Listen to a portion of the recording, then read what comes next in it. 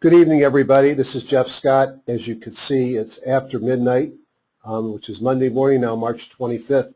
I guess things are a little bit unusual because this evening or this morning, I'm actually on the West Coast, so it's actually 9:30 here. I'm having the opportunity of spending back-to-back meetings, the George Lee Southern Cal meeting in near John Wayne Airport in Santa Ana, California, and now I'm at the HGSI meeting with Ian and Ron. Thanks for joining me tonight. I'm going to try and make this a little bit more brief than usual, but those who've been here before know I always say that, and that's never what it happens. I don't know why I called it the 27th, because it's really the 25th. So this is the meeting on the 27th that's actually done on the 25th. So I guess no biggie, but I just sometimes I guess I didn't pay attention to that slide. But anyways, welcome, and let's take a look at the market and see if we can get an idea of what to expect tomorrow. I can't resist going to the futures because, as you're probably aware, there's been on again, off again, on again, off again, and currently on again agreement between the large and important island of Cyprus and the Troika that determines whether or not they're going to bail them out. As you could see in the pre-market, CNBC, the futures are up big, and that probably foretells a positive opening, but they've already flip-flopped 3 other times, so God only knows what to expect. And I guess I'll try not to let that bias me too much, but obviously that's a bullish sign this hour. So I'm going to try and go through this very quickly and not do something very exhaustive. Disclaimer, this is for educational purposes only. By the way, I'm not using my standard setup today, and I'm using a very high-resolution computer that I have toned down the resolution so that the file size isn't too big, and we'll see how it comes out. As always, I'm a fan of TradeStation or Thinkorswim, and I use a number of things to analyze the market, and we'll look at all 3 of these tonight. High Growth Stock Investor, EdgeRater, and Magenta Trader for seasonal analysis. And then I follow Woodward and Brown Investing closely, which means newsletters, weekend reviews, daily updates, blog, and a live meeting. Not to spend and belabor this, I've said it, this slide hundreds of times. I was at this meeting earlier in the week in Southern California. Very sophisticated investors. I was surprised how few of them, or how many of them, admitted that they hadn't read O'Neill's How to Make Money in Stocks. It's still, I think, the Bible, and certainly a great book, whether you are a aggressive or unaggressive investor. Had another opportunity to listen to Gil Morales present. I'm sorry, Gil, this is an older presentation I'm using for today, but he's got a new book called Trading in the Cockpit with the O'Neill Disciples of Morales and Kutcher. Both great books, Alexander Elder's. These are the folks that influenced me, and here's Ian and Ron live from the meeting. Some websites, you can stop your computer. I don't need to pause. We're going to go through a bunch of stocks from a top-down perspective today, as always, and I like to, this is a buy, this is a buy, this is a buy. What the? That doesn't mean I'm buying it at the open tomorrow. It means it's on a short watch list that I'm going to watch closely. I'm going to look for triggers. So I'm looking for setups tonight. I'm looking for triggers in the morning when the market runs. I'm getting an internet issue, so I guess I'll shut down TradeStation. But just to give you an idea, here is when the futures opened up today, and they traded up very quickly, up 7 points above fair value, and living up here at a one of these pre-drawn resistance and support lines, in this case resistant lines, Fibonacci lines. So it'll be interesting to see if it can hold this level going into the market tomorrow. I'm going to leave this on for a while because I want to go show some things in TradeStation. I got a message that my audio might be detracted, but we'll see. So the agenda is always a quick update on the market, not so quick update. My journey in top-down investing, a few shortcuts, and I'll integrate some of these other programs. I'll do another live program with interaction soon. Here's Ian and Ron Brown, Woodward and Brown Investing, and the website So let me quickly go to the website, make some comments. Let's jump into the presentation and reduce the amount of upfront time I spend. So this is the site at highgrowthstock.com. On highgrowthstock.com, you have, as you can see, a 30-day free trial, no credit card required. Special note to the folks that attended the Anaheim meeting, and frankly, anybody that reaches out to me in the next week at mdonc@mindspring.com. We made a special offer for the software, which includes a substantial discount off the cost, as well as a 6-month subscription to the newsletter and movies from Ron and Ian. We've had a number of people sign up in the last couple of days. As I skipped over earlier on about my disclaimer slide that this is for education purposes only. I'm not an investment advisor. I'm a doctor, and that I don't own any of these companies. I own the software. I pay for everything that I show, but I feel part of the team at HGSI, and they're offering a special discount to my users as well as people from the Anaheim meeting. I will be doing 5 to 10 short videos over the next 3 weeks that I will post on the Magenta board and other sites and my YouTube site that'll walk new users through how to get the program up and running, how to make it look like what I show you here, and how to take advantage of some of the tremendous horsepower under the hood.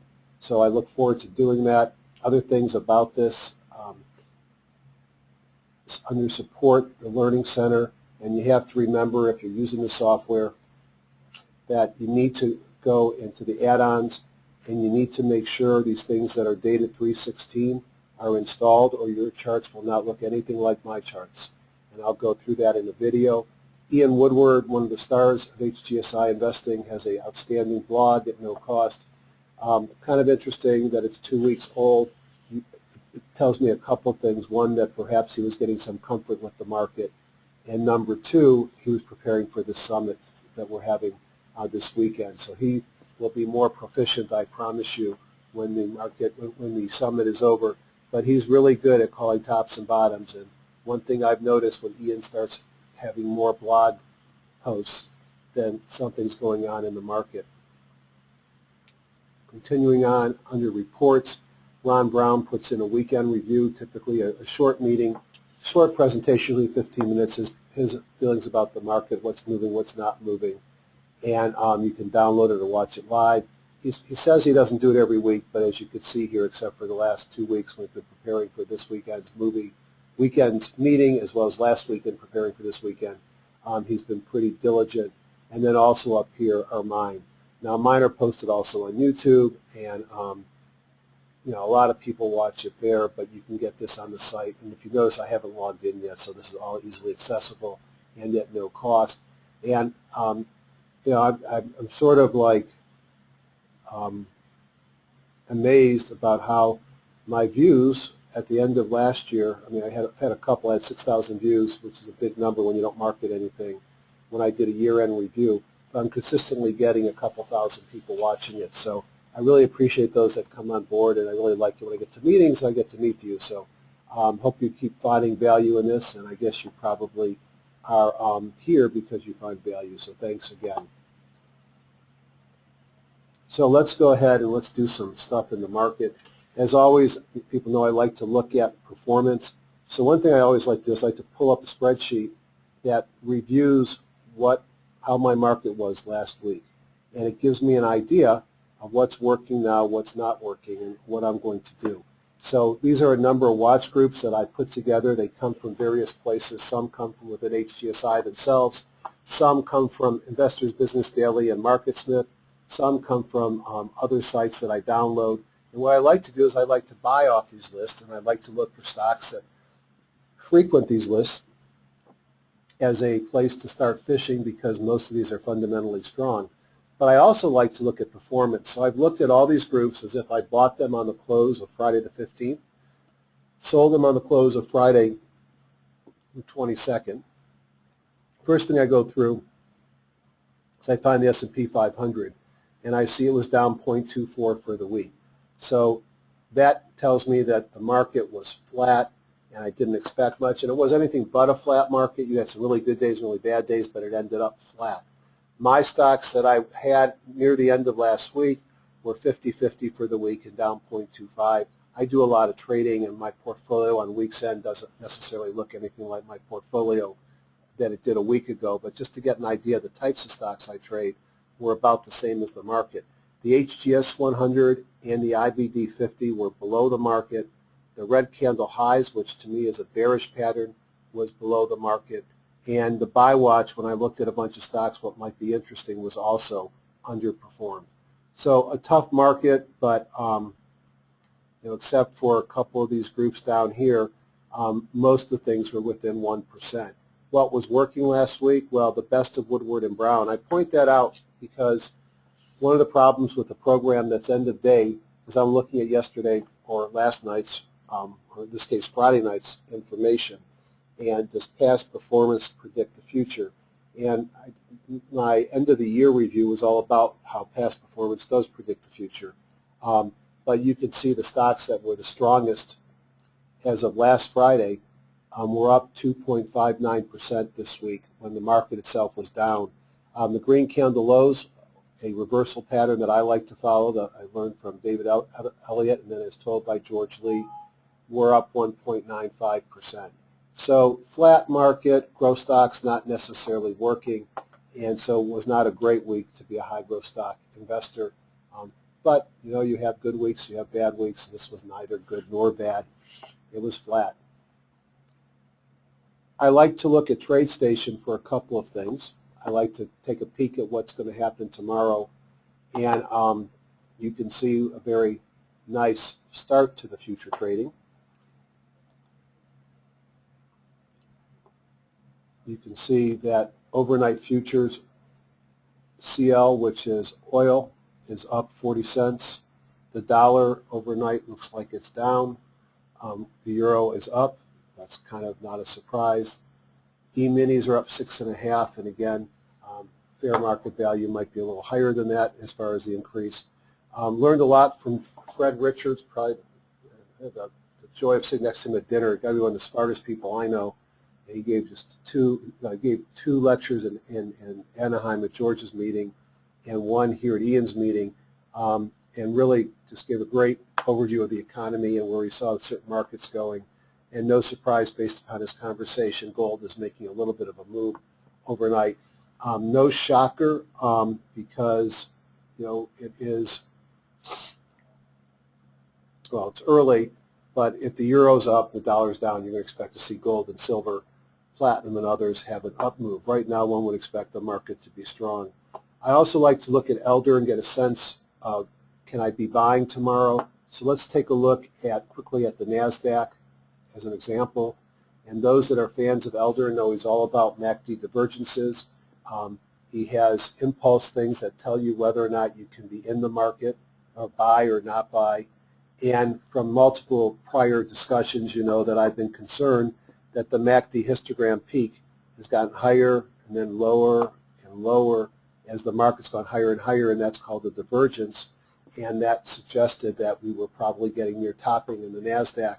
You could see Thursday was a pretty tough day. It actually got a red bar. We got a blue bar below the top of his auto envelope. And, blue bars on an Elder mean I'm okay to do anything I want. A red bar I can sell or I could do nothing, and a green bar I can buy or do nothing. I can't sell on green, I can't buy on red, but this is blue and neutral, blue on the weekly and green on the monthly. So the NASDAQ has pulled back from the high, has this divergence issue to deal with, and certainly might suggest additional weakness. I use TradeStation during the day, and I have some auto trading programs. That's not what I want to talk about. But the other thing I do is, and I may come back to this as we go on, is I use a radar screen to scan for a lot of things that I like to work with and trade in the marketplace. And so pocket pivots, green candle low, red candle high. So during the day, I'll be in the market tomorrow because I'm on vacation at this meeting, and I'll be searching for things. So one of the things that I look for are viable gap ups. And so I'll go very early in the market, and I will continue to scan the market to see if when things start to have the volume and the gap necessary. You need 75% of the ATR and then 150%, I think 150% maybe, of the volume to be considered a viable gap up. And I look for these during the day. There were a couple of beautiful ones this past week. On Friday, Micron, Pepsi had viable gap ups. So I go down here into some of my other lists. Let's see if I can find something else. Got the S&P 500 fighting down here. You can see Nike. We'll look at that in HGSI. Again, Pepsi. Other one that had it that's not listed here because it's a small stock that wasn't on my list I picked up elsewhere was Halo. Diana Shipping. Spreadstrom didn't make it on volume. So quite a few viable gaps ups yesterday that we picked up during the market. Madison Square Garden on the Bespoke 50. And if I looked at the stocks that I had picked this weekend, Halo, you can see here, mattress, MFRM, Mattress Firm Holdings, ODFL, trucking company. M-Firm didn't have it, but had it from a gap up, but didn't make the volume number. So I like TradeStation because it allows me to scan intramarket. I can also scan for interesting things such as MACD divergence, zero line crossing. I screen for DMI crosses and open range breakout. So during the market, I do a lot of different things using TradeStation. Usually at night, I just take a look at the elder indicators. Let me shut this down so I save on bandwidth since I'm in a hotel and using my MiFi for doing this program. All right, what else do I do? So everybody knows I like EdgeRater for a couple of things. And since we're talking about the market, one of the things I use EdgeRater for is I put the S&P 15 here, I go into Woodward and Brown, look at the buckets report, and for those know that I'm a big fan of mental block of Bollinger, and Bollinger with his Bollinger bands, the upper band, the lower band, the stock spends 95% of its life in these bands. In a bull market, you'll have most of them between 50 and 100, probably 75 or 80% or more. In a bear market, between 0 and 50. As the market gets more overbought, you'll get more and more stocks living above the top band. And as it gets oversold, you have more and more stocks living below the bottom band. You have 95% of the time is spent inside this cup or inside the bands. If I get above or below the bands, odds are I'm going to reverse. So one of the things that we do with EdgeRater is we divide this cup into 10 bars, plus an 11th on top and a 12th on the bottom, and we like to look at where the stocks are. So the S&P 1500 is one of my favorite things to look at, and you could see in EdgeRater that 70% of the stocks are sitting above 50/50, so that's bullish.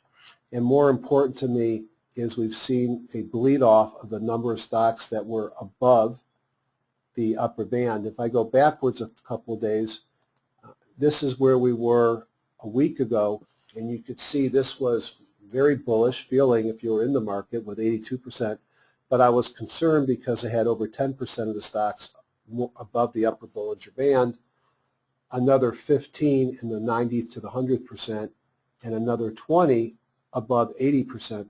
So you've got 35, 45, nearly half the stocks either above the Bollinger Band or very close to the top. And no surprise when you see that, the market corrects, and even more if you went back a day. So we've burned off much of that exuberance there, which makes me feel pretty good about the market. Another thing about EdgeRater, they have this thing called EdgeRater Club, and every month they release new things. And this month what they released was some tools based upon, here's that picture of the other O'Neill Disciple book in the trading cockpit. Excellent book, recently finished it. Really goes over Bible gap ups, pocket pivots, and really takes you through on a bar by bar basis when they get in, when they get out, what their stops look like. Excellent book, and really fills in a lot of the holes I think people had in their knowledge base after their first book. And with an EdgeRater, I can come in during the market to update everything. But more importantly, I can run a program, and it takes no time whatsoever. So I'll just show you doing it over. And it's going to tell me in the market, and I'm going to search it by pocket pivots we'll start with. Shows me all the stocks that had a pocket pivot in the last day. and then all the other stocks in the S&P 1500 when their last pocket pivot was. I can also look at Bible gap ups, and there you have Micron, Nike, Old Dominion Trucking, Pepsi, TIF, API, and TCBI also had Bible gap ups, limiting my universe here to the S&P 1500. And then as you become more familiar with Morales and Katcher, they use different exit rules, and one of them is called the 7-week rule. And this gives you a clue, once you understand the 7-week rule, where you are from the perspective of a stock.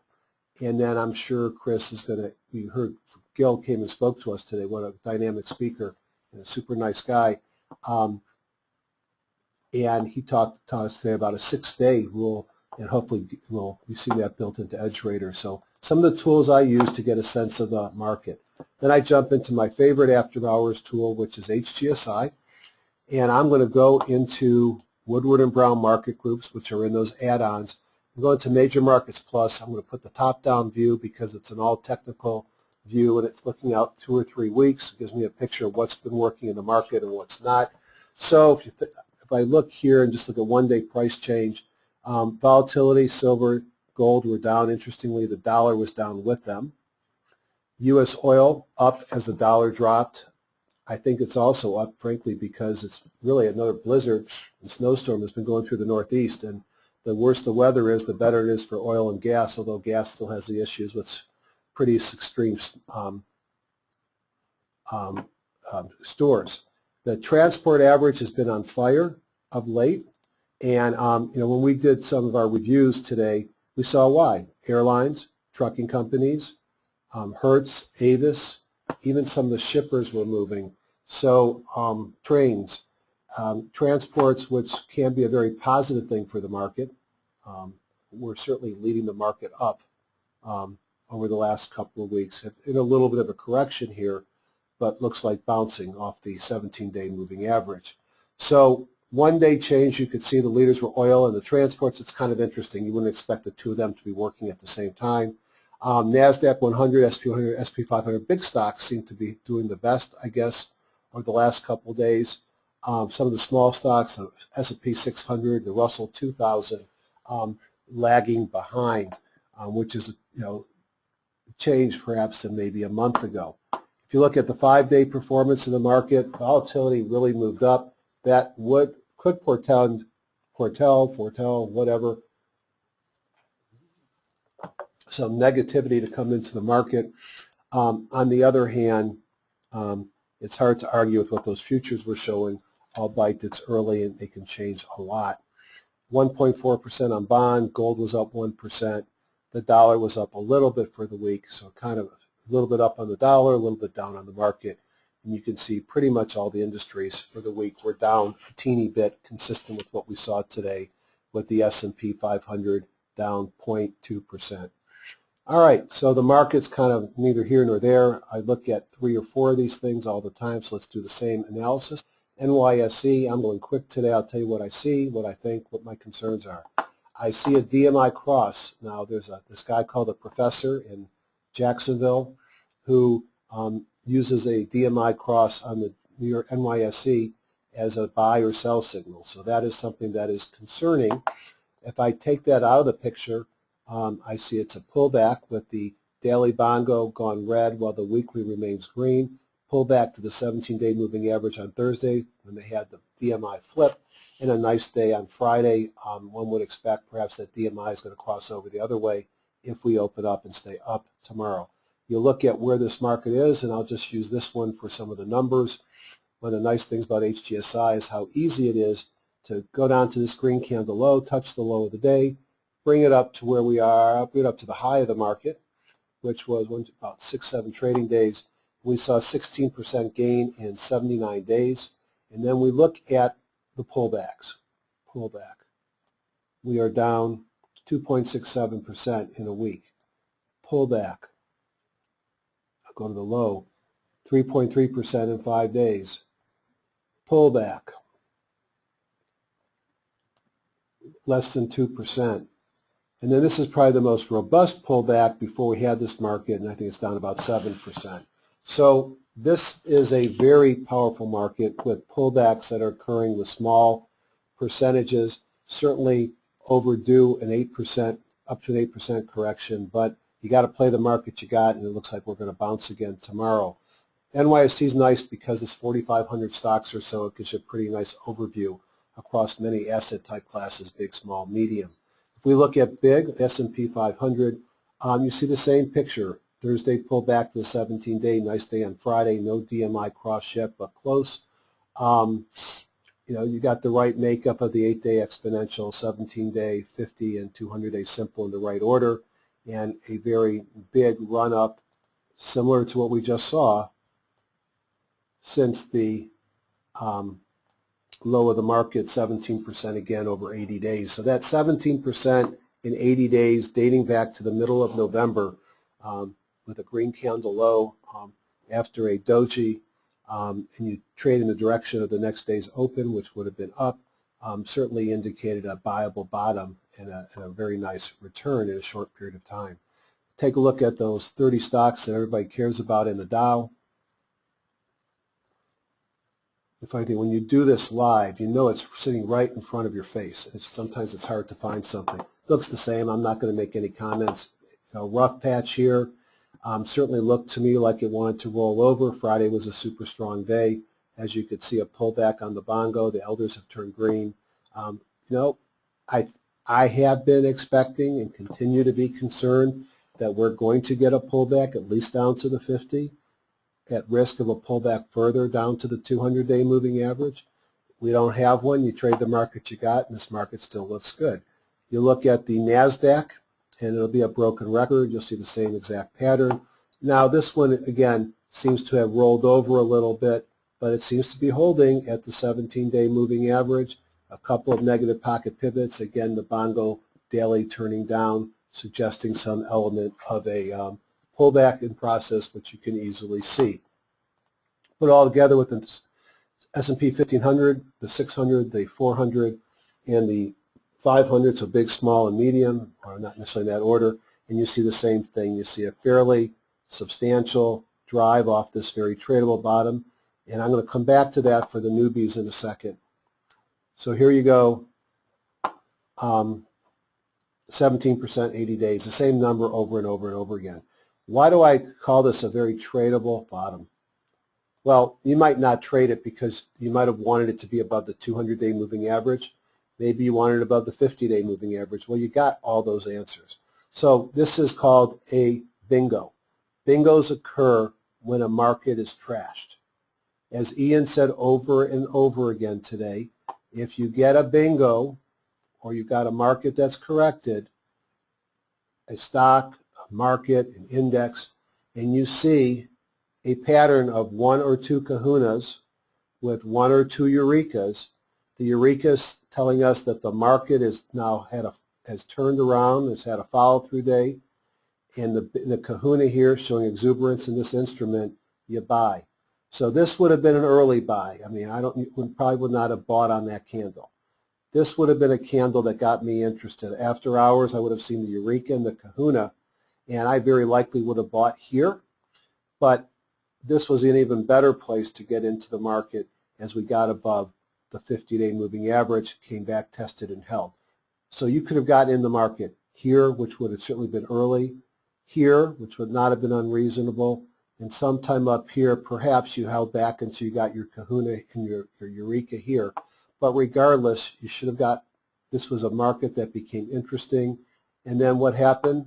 The market at the end of December traded up. They must have known that the fiscal cliff was going to be punted down the road, and the market's been in a big move ever since. So I thought that was a tradable bottom, and clearly you had multiple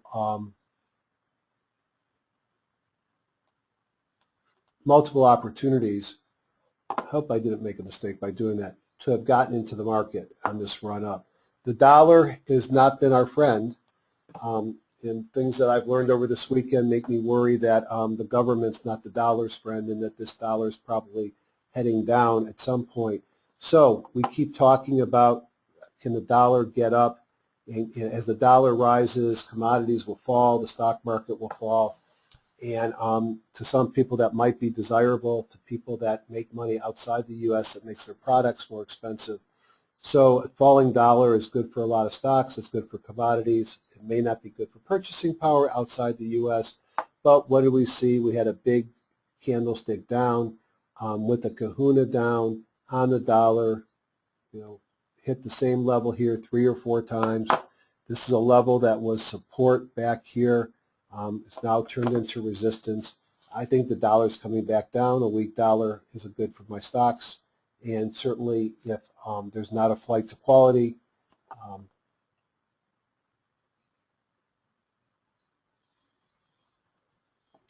right.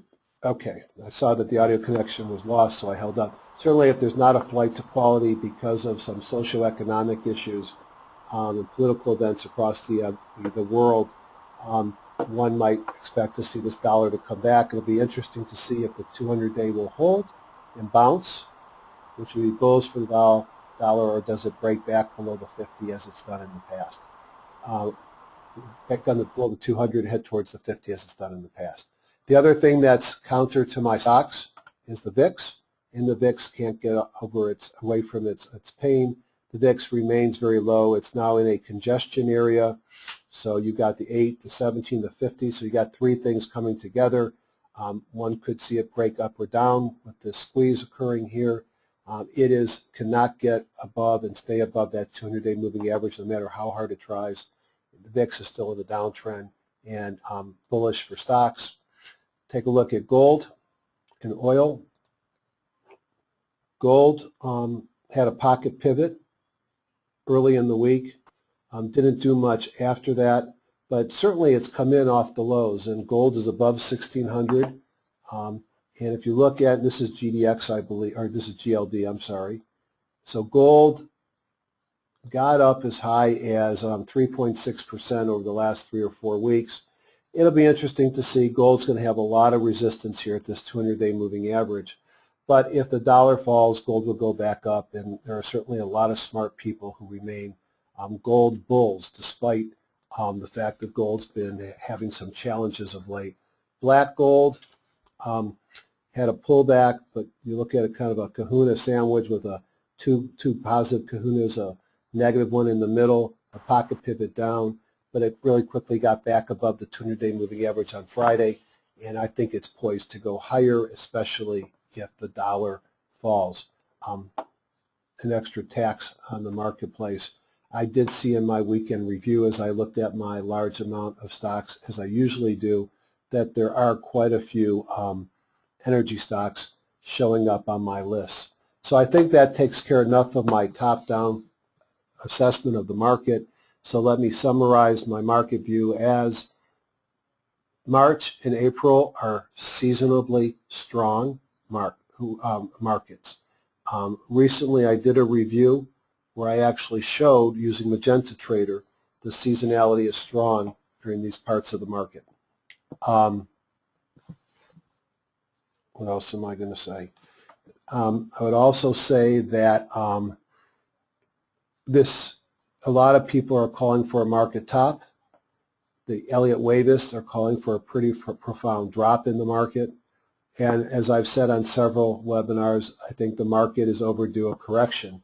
And my guess still remains that last week what I said, and I'm just one of you, so I'm just guessing based upon a lot of years of trading, is that we get a pullback, a blow off, and then we get into some serious correction time.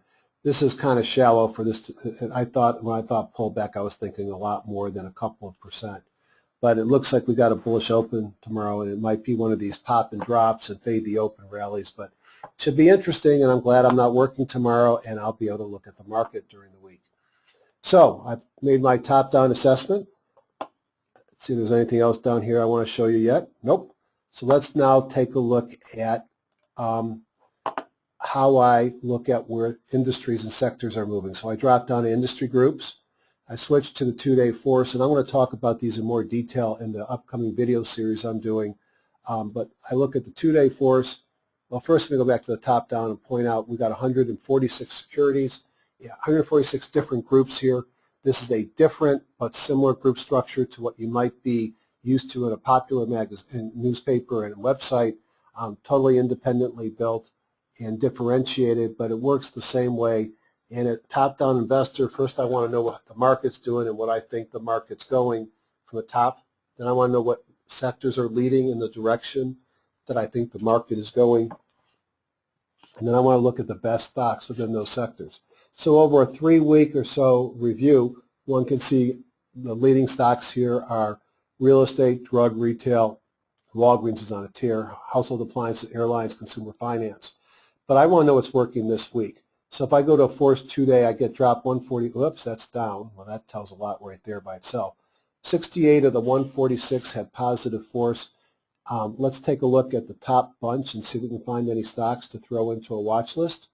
And so this is what I do. I'll go right-click on drug retail, change index group, and the one that's leading is Walgreens. They've made a fundamental change in how they do business, where they're in the process of acquiring part of their distributor, AmerisourceBergen, and that will change how retail pharmacies are, where they will own the channel from distribution to picking it up at the pharmacy. So you could see a pretty long base, little pullback underneath the 200, and really nothing exciting. You had a couple of pocket pivots that would have woke me up. You had DMI cross back here as this run came up. I wasn't trading this stock, but what you did have last week is a viable gap up on the day that they announced their move to Walgreens, to AmerisourceBergen, and a big move up since that point. So viable gap up, pocket pivot. Stock is near the top of its high jump, so it's extended, but you could certainly have played this viable gap up. It's probably too extended right now, and setting your stop under the lower bar there, and eventually moving it up to perhaps a 10-day moving average. So multiple kahunas. So an HGSI investor would have seen a number of kahunas occurring a couple weeks ago, a pullback to the 50-day moving average. I did not see this, nor did I trade it. The market has really had a big move off this 50-day moving average, driven by a pocket pivot and a viable gap up. Probably too late, but still an interesting stock. The next one on the list was the index. I don't look at what's performing less than the index. I want leaders, not laggards. Consumer finance, yeah, this guy is, I don't know much about this stock. We talked a lot about it at the HGSI meeting. Let's just look at its colors here. It was up about 8% for the week. It's a cheap stock at $10. The volume on the average is only 326,000. It's 15% above the 22-day EMA. It's had a bongo, a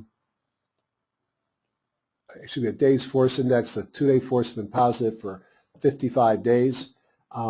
Very high EPS relative to the group rank, one of the best performing stocks with huge EPS growth over the past year. So that's a lot of nice colors there. Let's take a look at several of those because they showed up on certain scans. So getting long in the tooth, maybe probably just early in this guy's lifespan. A little bit nervous here when I see no earnings, so at the risk of this thing going way too long, but you know, it is what it is. I do this and I have fun with it. And, you know, you can always turn it off when you get bored. So I'm going to do my analysis. I'm going to go into MarketSmith, and we'll see if my internet cooperates. I've got so many things going on my phone. I always get nervous about doing it this way. And then I'm going to, I'm in my account. That's good. It's going to be the little orange thing for, you know, this internet is extremely slow. I hope this video and audio are actually coming out. If not, I'll do it again tomorrow night from the airport using their Wi-Fi. So we're slowly going to get to this. So we'll come back and look at what the earnings are. But on that, now we're coming. Never mind. Clear, this is one that I was interested in personally, but potentially getting into. Loading configuration. Come on, there we go. See how long it takes to get some earnings. So here's Consumer Portfolio Services, certainly a leader, 99 relative strength rating, 105% EPS growth off of $1, 83% off of 66, trades at a multiple of 29. Buy. I love this.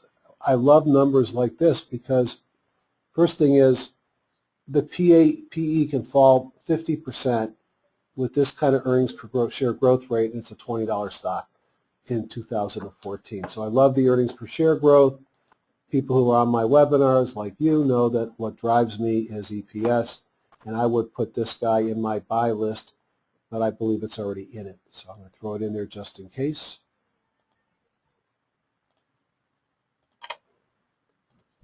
Green Dot Corporation, not too interested. Certainly a squeeze there.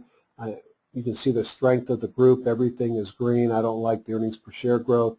I would probably pass this. Here's the index. I don't like to look below that, but I did notice that First Cash Financial Services were there. I think this is a pawn shop. Whoops. It's a pawn operator. But the reason why I was interested here is I like this pattern. Everything is green. It's away from its high jump. I've had sort of a cup, a handle at the 50-day moving average. A couple of of kahunas coming in here. And a DMI cross. I think this is an interesting stock, and I would probably go to MarketSmith just to take a look at those FCFS and see what its earnings are out a quarter or two.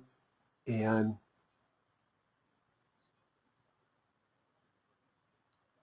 come on. Stock trades at about $60, has a multiple of 20. So a lot less exciting, okay, by earnings per share growth rate. But I like the pattern, and I like how it's pulled back to that 50. You got a squeeze coming, and probably a mobile breakout occurred on Friday. So I like the First Financial as well. Back, next group down is oil, gas, storage, and transportation. And, you know, sometimes you just get lucky. I guess Diana Shipping's not on this. I was going to say I had some DSX calls that I made some money on. I forgot to close them out on Friday. I was or the week before. So I held them for a week, and they had a viable gap up. I'm sure we'll see it later on Friday. So it actually turned out to be good for me. Don't know this group well. You can see some really big moves last week. Here's something junk off the bottom, a bunch of pocket kahunas, huge volume coming in. You see the strength of the group.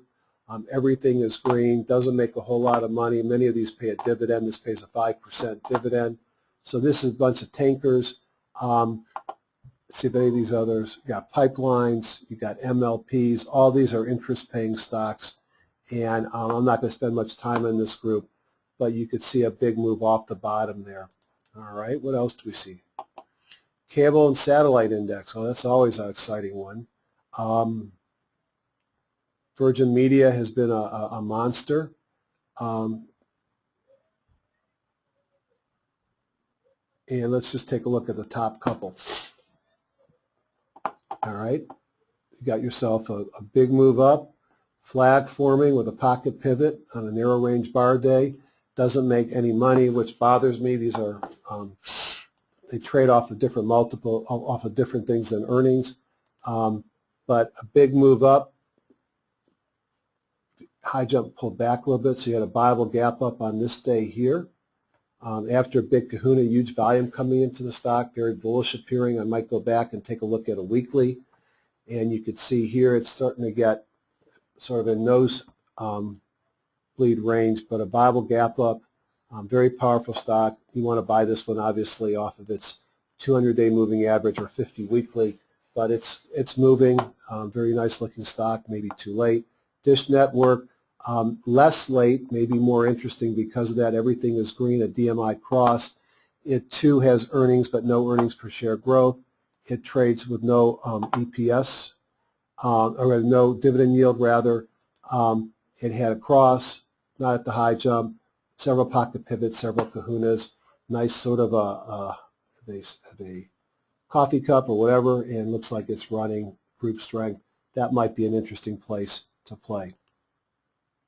One of the ones that showed up on my review is AMC Networks, and you can see here this is a leading stock, running up at 17 and 8-day exponential moving average. Everything is green, positive DMA cross.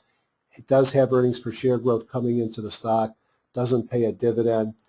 This is one that we considered today for our leaders list, and one that's done great since the market turned around in mid-November, and actually this one was a little bit earlier. Nice looking stock as well. Back, building products. I'm quickly looking at these to see if any of these came up. Several of these pulled back some. All right, here's one that has not pulled back, PGT. I don't know this company from Adam, so what does PGT do? Metal doors, sash frames, molding, and trim. Well, you need these in all these houses that are allegedly being built. So what's this PGTI? Let me just jump into MarketSmith. PGTI.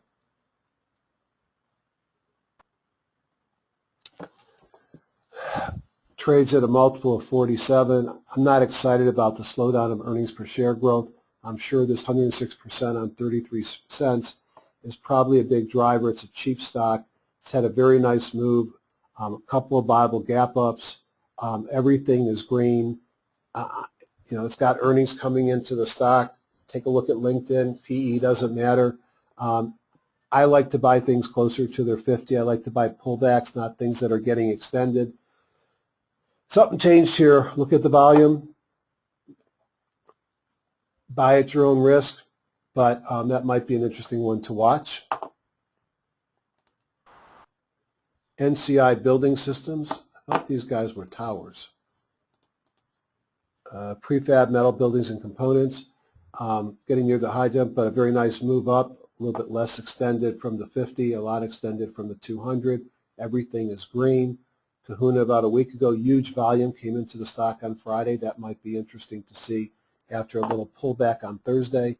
USG is one that I own. I've wrote it, whatever proper grammar is, for quite some time. It's had a kind of a painful couple of weeks, broke above the 200 on Friday after closing on it on Thursday. I like the stock because of it's a turnaround. You see the earnings go from negative to positive, huge earnings per share growth, tied U.S. gypsum to the housing industry.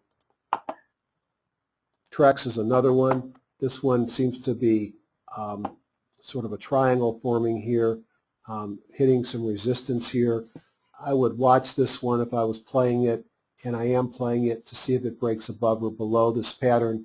And you could see great earnings per share growth rate on a company that has a multiple of 32, so it trades at a growth rate higher than its multiple, something I like. But right now it looks like it's squeezing for a while, and let's see if maybe if it comes out with something, if it goes sideways longer and the 50 pulls up to help provide support. All right. Continue looking at our journey in top-down investing. Go back. Food retail, Kroger's, has been great. It's one that came up on my list. And take a look at leaders. Running up now, it's 8-day exponential moving average. Everything is green. It makes money, although slowing earnings per share growth. Bunches of pocket pivots. It's a safe place. Does it pay a dividend? Yes, it does. A small dividend of 1.9. 11 million shares are short. Its float is 515.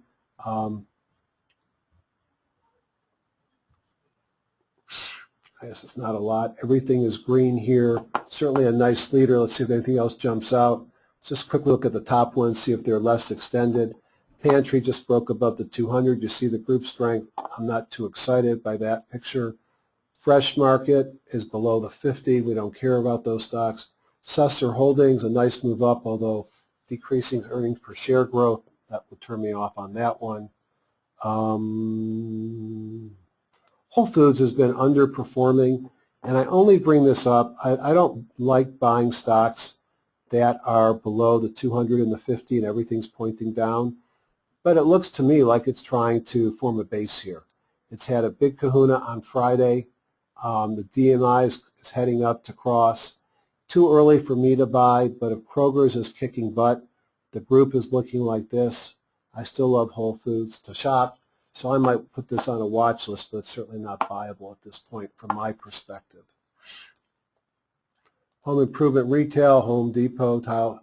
So Tile Shop's a new one to me. Yeah, it's too late from my perspective. It's moved up from 18 to 22. That's 20% on this move. Everything is green. It's got nice earnings per share growth. I wish I would have seen this before it had its earnings. 3 big kahunas in a row, taking off the 8-day exponential moving average with, of course, since we had our friend Gillen today with the Bible gap up and then a run up, would have been nice to pick this up on a Bible gap up screen. My bad, missed that one. Volume is 655. I could live with that. Home Depot, lumber liquidators, we'll look at them because they've been leaders. We can see that Home Depot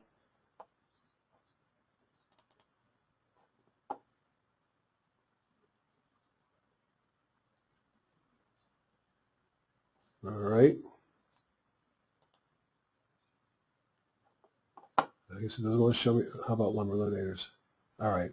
Here's lumber liquidators. A leader, it's slowed down as most of the housing stocks have slowed down. Timber is still being sold. They provide wood. It's been in a pullback.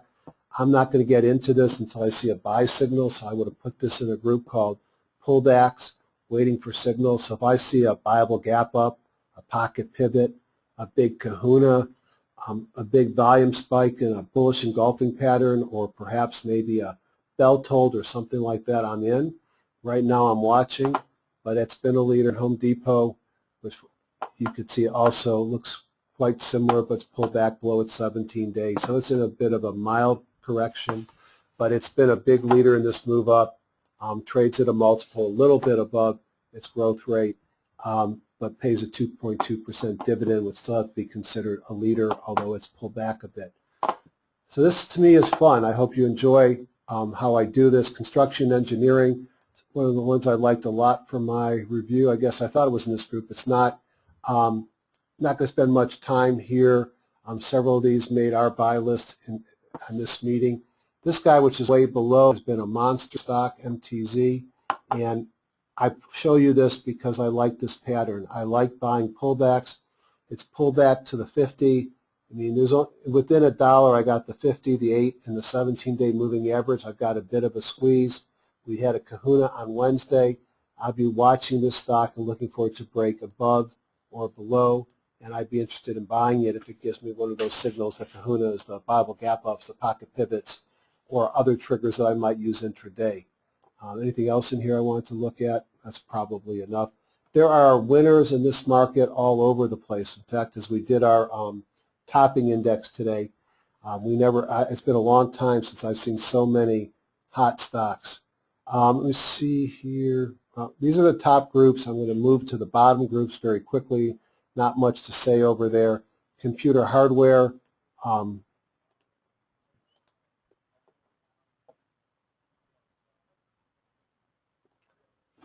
My memory's probably being eaten up by, to the BlackBerry. All right, so here's BlackBerry. BlackBerry had a nice run up. Clearly it's correcting back, pulling back to the 50. And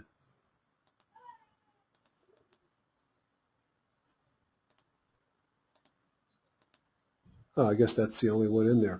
All right. It is. Okay, the other was the index. So that's computer hardware. So BlackBerry pulled that negative. In computer storage and peripherals.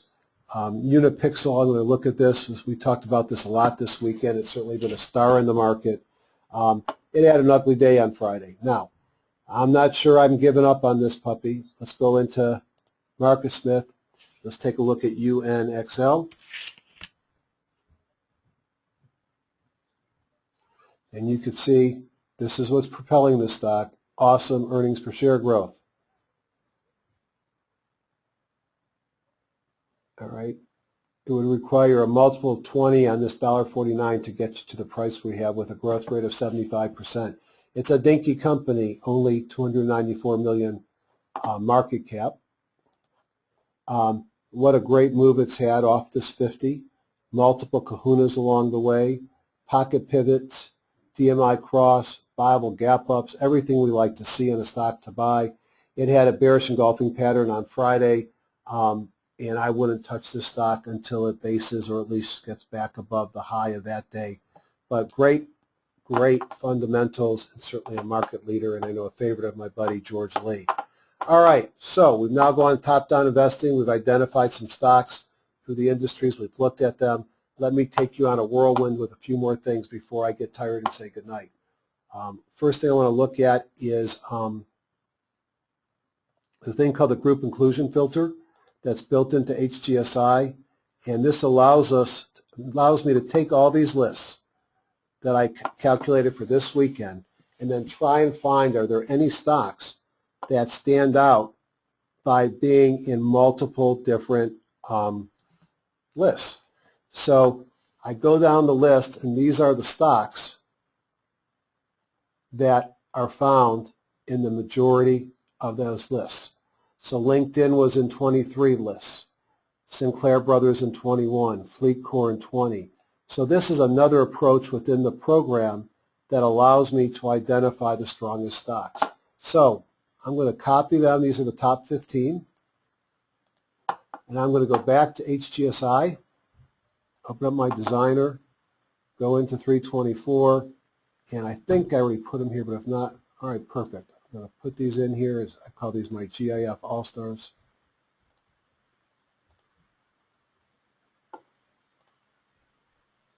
All right. So these 15 stocks, not that I own those 15 stocks, you can do a composite index and you could see what a beast that stock would have been, but we're looking at an index. So very quickly, let's put these into a warehouse view.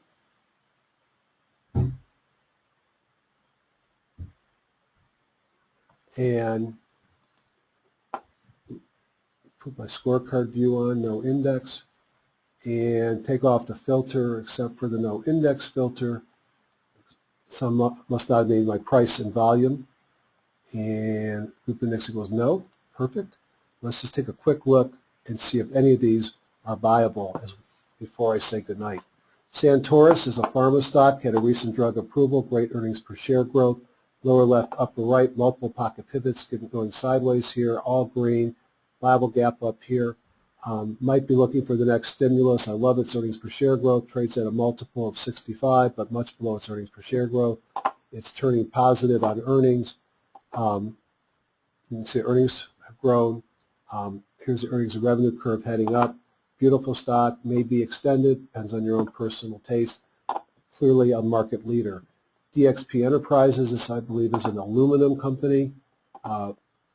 Industrial, provides maintenance, repair, and operating products, equipment, and services to industrial customers.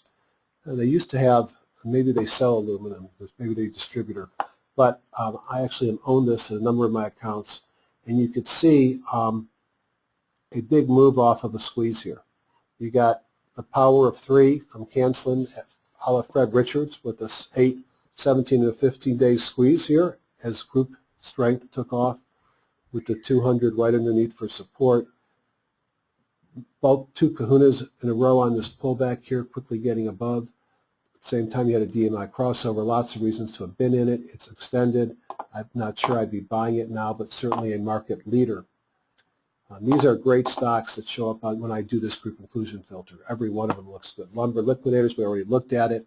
AFC Enterprises, this is a restaurant. And a lot of restaurants look good here, although I'm not usually a restaurant investor. And as Gil said, the lower cost restaurants seem to be where the money is right now with the economy slowing down. So it had a change here. It based for a while, kind of chopped. And then why would I have wanted to buy this stock here if I was following it? 1, 2, 3, 4 kahunas in 6 days. A eureka showing the market was giving us a follow-through day. All my indicators turning green. This was a very viable breakout here, and one that I wish I didn't miss, and one that has pulled back to the 17-day, closed below it once, but quickly got above it the next day. Very nice move. AFC Enterprises. Again, these are extended stocks. Lithium Motors, giving us perhaps an opportunity to buy it with a shallow pullback. One of the aggregators of auto dealers, all green, makes money. Positive DMI, moving off the kahuna, off the 50. This is when you want to buy. So as I look for stocks to buy, I'm looking for stocks that have pulled back to a major moving average, and then I'm looking for one of those signals, such as a kahuna, to get into them. LinkedIn, extended, overpriced, depends on who you listen to. Great move off the Bible gap up here. I call this a Morales stock. They talk about it all the time on the Gilmore report. But what a leader. Pocket pivot on Friday, probably continues to run till this market is over. FleetCor, I think they provide credit cards to the trucking industry for gas and other purposes. Gave us a nice little sideways move, so you had some basing. What happens when you base? The high jump bar comes off the top, although it's still pretty high after a pocket pivot. Two kahunas, giant volume, pocket pivot, find the news. This one looks like it's going to run again, all green, FLT. Sinclair Broadcast, we looked at some of these today. Earnings aren't that exciting. Pulled up, maybe kind of a flag here and getting ready to run again, perhaps all green, not enough earnings for you to be excited. And perhaps the leading airline stock, Alaska Air, running. Would have been nice to have gotten in this. You've had a number of kahunas, lots of pocket pivots, and a viable gap up. So I use, a DMI cross. I use these as signals when I scan during the day to take a look at a stock. Big run, probably too late. Tesoro, some of the refiners started to look good today. DK, Tesoro, Phillips 66, Marathon, all look like they might be getting ready for another leg up. You'll see the DMI crossover as it went sideways. Not at the top of the high jump by any means. Had a kahuna come in on Wednesday. It looks to me like you've got a place to buy this stock, and you can put your stop just a little bit below the 17-day moving average. If you're wrong, you're putting very little money at risk. AZZ, getting tired, I think, on electric company stock, heavy electrical equipment. You see the earnings per share growth has been good, maybe a little bit up and down. Topping action here, pocket pivot down on Thursday, still all green. Still a leader in this market. Carriage services, I have no idea what they do. I can guess. Personal services, funerals. Well, population's getting older. This and service industries may be good places to invest in as we get older, because we're going to need a funeral someplace sometime. Earnings per share growth, nice move. Maybe giving you a little base here. I'd be looking for some action before I got interested. I'd like to see it pull back some. It's still near the top. But volume has come into this stock. It might be something for the graying population. Here's Marathon we talked about. Sideways move, sitting on top of the 8, which is on top of the 17, looking to me like it's looking for a stimulus, some volume with a kahuna, pocket pivot, or a Bible gap up, and I'm going to get interested into Marathon based upon that pattern. And speaking of Bible gap ups, HomeAway had a big Bible gap up on Friday. Pocket pivots, actually, Bible gap up was... Thursday. Pocket pivots on Thursday and Friday. Also a pocket pivot about 10 days ago. Huge volume coming into the stock of kahuna. All has turned green. The concern is that it's sitting at the high jump area. Simple stock for me to trade. I set my stop under there. Once I will switch this to another view with a 10. Actually, I'll switch it to that view right now. I believe this is my 10-day moving average. I'll have my stop up here. If it continues to run, then eventually I'll be looking at how it handles the 10-day and the 50-day moving average as they come up to follow. But this looks like a very viable stock. It looks like a stock in the beginning of what might be an interesting run. It's a young stock. It may or may not have the characteristics that you buy from a volume perspective, 894,000 shares. And it is not without extension. So something to perhaps think about. And then on assignment, let's go back to my works. I'm not as excited here. I'm not sure why it made the list. But it came up, tested, but it looks like it failed again on Friday. So I'm not sure why this made so many lists. I know it's been a darling over the last couple of months. So that was using the group inclusion filter, which I will do a movie on, which can be found, and which Ron has done many excellent movies on in the past, which can be found in the design or under tools. Last couple of things to show you are sprinters, one of my favorite views. So I'll go into all securities. View, I'm going to make it sprinters. And I have 71 stocks, and these are some of the best stocks in the market. You notice everything is green on relative strength rank. Group ranks are strong. EPS are green and yellow. If you look at ERGs, most of these are above 240. 66 out of the 71 are above 240. These are strong stocks, all A and B accumulation distribution, all daily bongos, all except for one weekly bongos. Very super strong group, including some of the ones that we looked at. It's very easy to do that. Just open up sprinters in your view. And if you don't know where you'll find it, you go into HGSI strategies, go into Woodward and Brown top-down investing, reference library, miscellaneous, and their sprinter one step with bongo, and there's your 71 stocks that we talked about. What else do? I look at the designer, I look at smart groups, and they've added some interesting stuff that we're learning about at this meeting.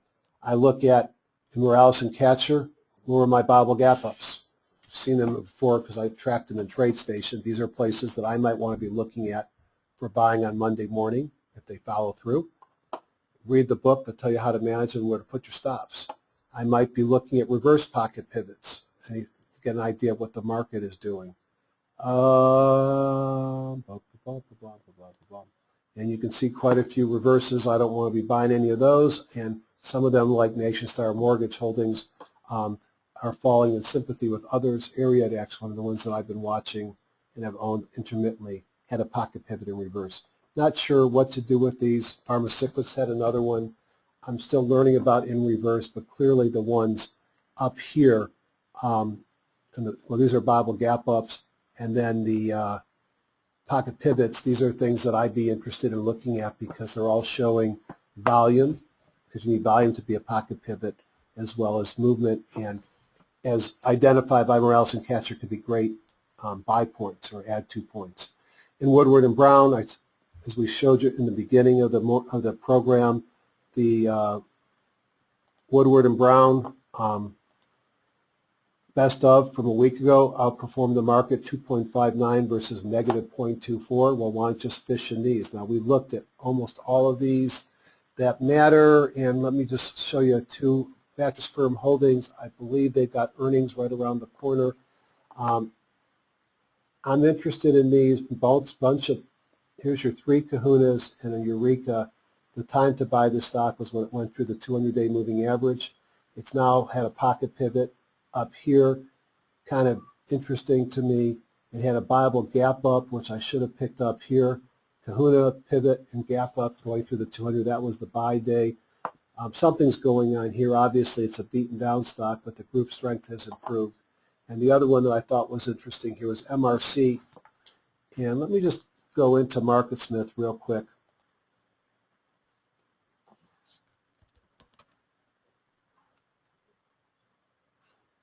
And PE, growth rate. So if it held this PE of 17 times 2.74, I used to be able to do things like that in my head, and I still can, but I'm getting tired, so my mind's working different.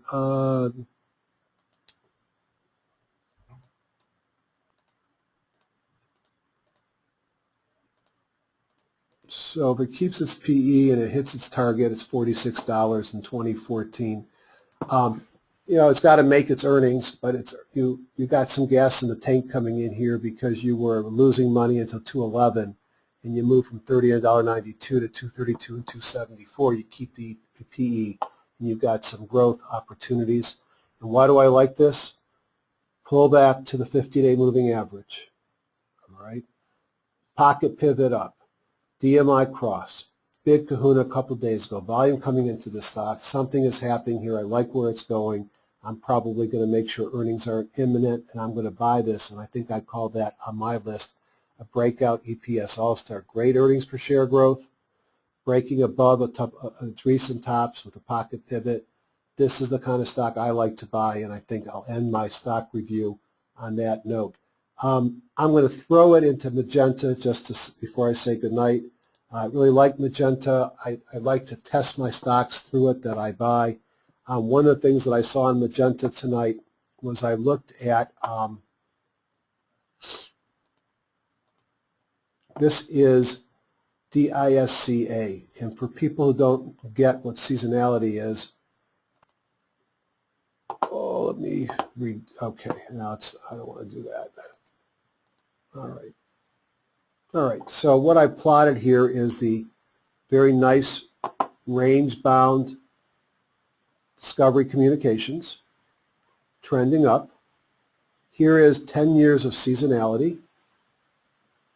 And then I'm going to scan it looking for times of good and bad to buy it. And what do I see? I see a behaving stock in a channel going into a seasonably extremely strong period of time. I look here and I see March 11th to May 31st. It's up 6 out of 7 years. The high was 21%. On the down years, it was 0.14%. This was the average, I guess, for the up years and the one down year. So very low risk trade. I might go back into HGSI just now because this actually looks interesting. This is not top down. This is using a different technique. I didn't even look at Barnett Business Services. Continues to just run right up. I should have put this in my leaders list at the Ian meeting today. Nearly a double, probably over a double in a year, tracking now above the 8-day exponential. Mostly green, have earnings, might be interested in looking at. This was DISCA.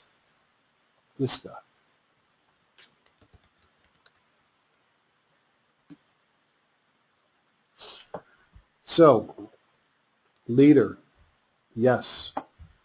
Pull back to the 17 with the big move. Everything is green. Yeah, I'd rather wait for the stock to give me a buy at the 50-day moving average. I'd like to see it pull back. It makes money. It pays no dividend, multiple 30. But my God, it's in a very bullish looking chart. Everything is green. What magenta tells me, and why I like magenta, is if this market remains strong, it's going in the sweet spot and you've got a lot of time and you might just pick some maybe an option that's a little bit out of the money, cheap option, and maybe you buy a bunch of it because you're looking at a good shot on goal here that odds are, it averages over the next 60, being 60.92% return with as high as 92.36%.